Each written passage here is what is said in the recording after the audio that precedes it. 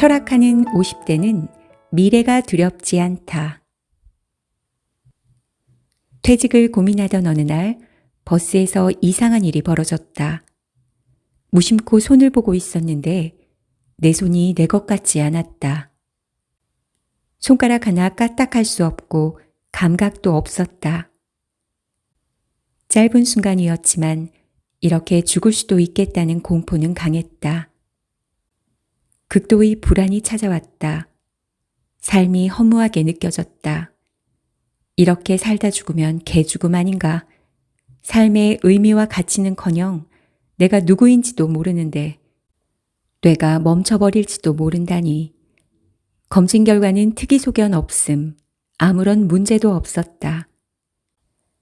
철학 상담을 공부하면서 철학자들이 불안을 다르게 이해한다는 걸 알았다.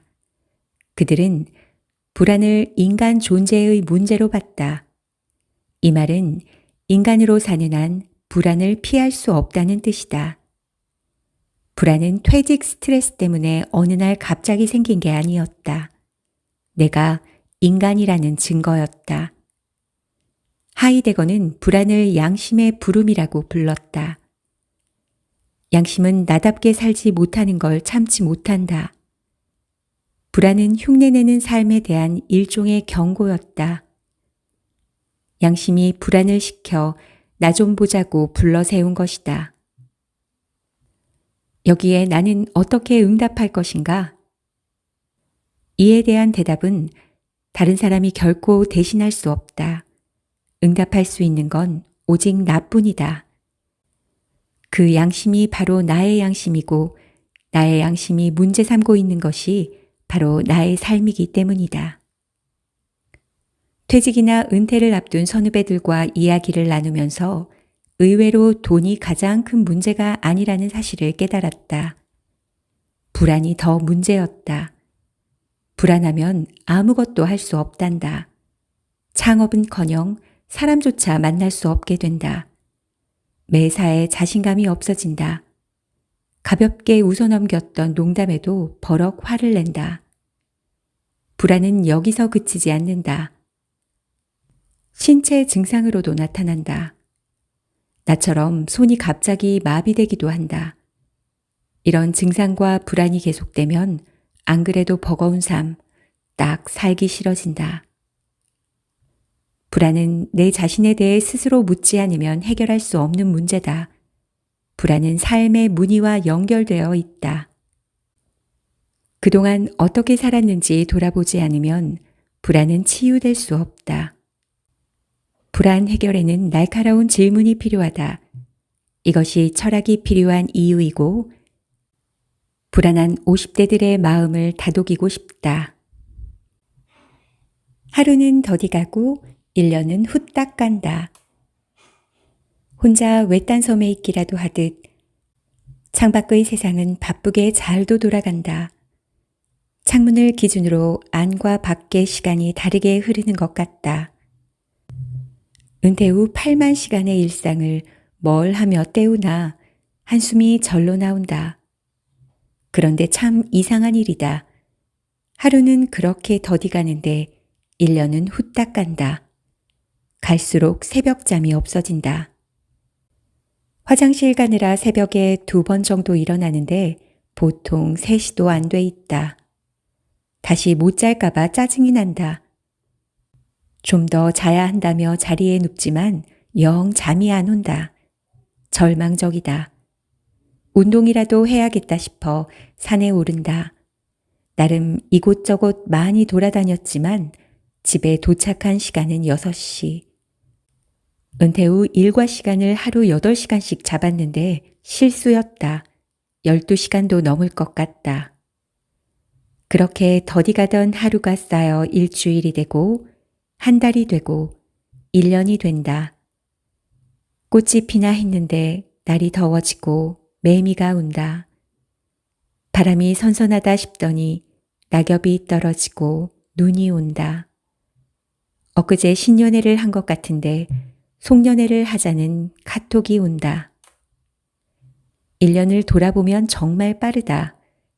한 게 아무것도 없는데 1년이 손살같이 가버리는 것이다. 50대엔 시간이 시속 50km로 가고 60대엔 시속 60km로 간다고 하더니 체감 속도가 만만치 않다. 우리는 입에 달고 살았다. 가족과 직장을 위해 산다고. 그래서일까? 나이가 들수록 가족들 챙기고 회사 일에 빠져 살다 보니 정작 나만의 시간이 없었다. 분명 내가 살았지만 내 시간은 내 것이 아니었다고 느끼는 50대들이 많다. 그래서 심리적으로 시간이 더 빨리 간 것처럼 느껴질 수도 있다. 에드리안 베안에 따르면 우리에겐 두 종류의 시계가 있다. 하나는 1초, 1분, 1시간과 같이 잴 수 있는 물리적 시계이고 다른 하나는 마음의 시계이다. 그가 말하는 마음의 시계란 이미지의 변화를 감지하는 속도를 말한다. 감각 정보의 처리 속도가 빠르면 시간이 느린 것처럼 느껴지고 그 속도가 느리면 시간을 빠르게 느낀다는 것이다. 아이들의 초롱초롱한 눈동자를 생각해보면 금방 이해된다. 아이들은 주위에 일어나는 모든 변화에 재빨리 반응한다. 반면 우리 눈을 봐라. 당초에 뭘 보고 있는 건지, 보이기는 하는 건지 알 수 없을 지경이다. 10초 동안 아이들이 처리하는 감각 정보가 100개라면 우리는 아마 30개 정도 되지 않을까? 아이들은 일을 빨리 처리하니까 남는 시간이 지루하고 우리는 기능이 느려져 끙끙대고 있으니 시간이 빠르게 느껴질 수 있겠다. 나이가 들수록 시간이 빠르게 느껴지는 건 뇌에 있는 생체 시계가 느려지기 때문이다. 철학자들이 시간을 보는 관점은 나와 시간을 구분하지 않는 것이다. 나는 시간을 때우는 사람이 아니다. 나는 시간이라는 주머니 속에 담겨있는 야구공이 아니다. 나와 시간은 인생이라는 용광로 속에서 한 몸을 이루고 있다. 나와 시간은 분리되지 않는다. 내 삶이 시간이고 시간이 내 삶이다. 시간 속에서 느낀 감각과 경험에 따라 나라는 존재 자체가 다르게 만들어진다. 내가 시간이고 시간이 나인 삶이란 무엇일까? 그건 감각을 살리는 삶이다. 살아가는데 감각은 얼마나 중요한가?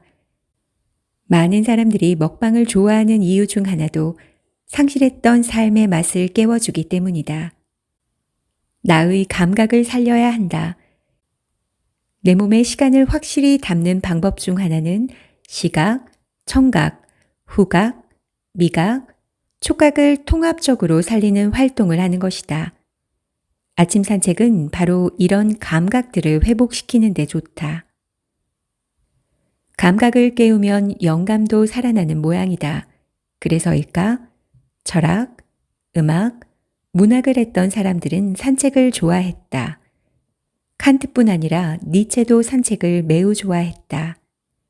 그는 산책을 하며 심한 편두통을 달랬고 활발해지는 사고를 정리해 글을 썼다. 음악가 베토벤도 영감을 얻기 위해 비엔나 숲속을 정기적으로 산책했다. 영국 소설가 찰스 디킨스는 밤에 산책하는 걸 좋아했다. 그는 걷는 것이 정신을 지켜준다고 말했다. 고대 그리스인들은 시간을 크로노스와 카이로스 두 종류로 이해했다. 크로노스는 가만히 있어도 흘러가는 물리적 시간이다. 즉, 시계가 똑딱이며 재는 1초, 1분, 1시간 등이다. 이에 비해 카이로스는 그 한 사람만이 누릴 수 있는 주관적 시간이다. 누군가 하루 같은 1년, 100년 같은 하루라는 표현을 사용한다면 카이로스를 말한 것이다. 카이로스는 삶에서 벌어지는 의미 있는 사건이기도 하다. 우리의 몸은 기계적 시간에 의해 늙어만 가는 나약한 존재가 아니다. 몸은 인생의 의미를 담는 복주머니다. 설령 자신의 몸시계가 거꾸로 흐른다 하더라도 삶의 의미를 담는 데는 부족함이 없다. 우리는 불안한 마음으로 오늘도 시계바늘 위를 뛰어다닌다. 벤자민 버튼은 이런 우리에게 너의 카이로스는 언제였느냐고 묻는다. 이상은 철학하는 50대는 미래가 두렵지 않다의 일부였습니다. 여러분 주변에 혼자 걷기 좋은 장소가 있나요? 산책을 하며 내 인생에서 가장 의미 깊은 카이로스는 언제였는지 떠올려 보세요.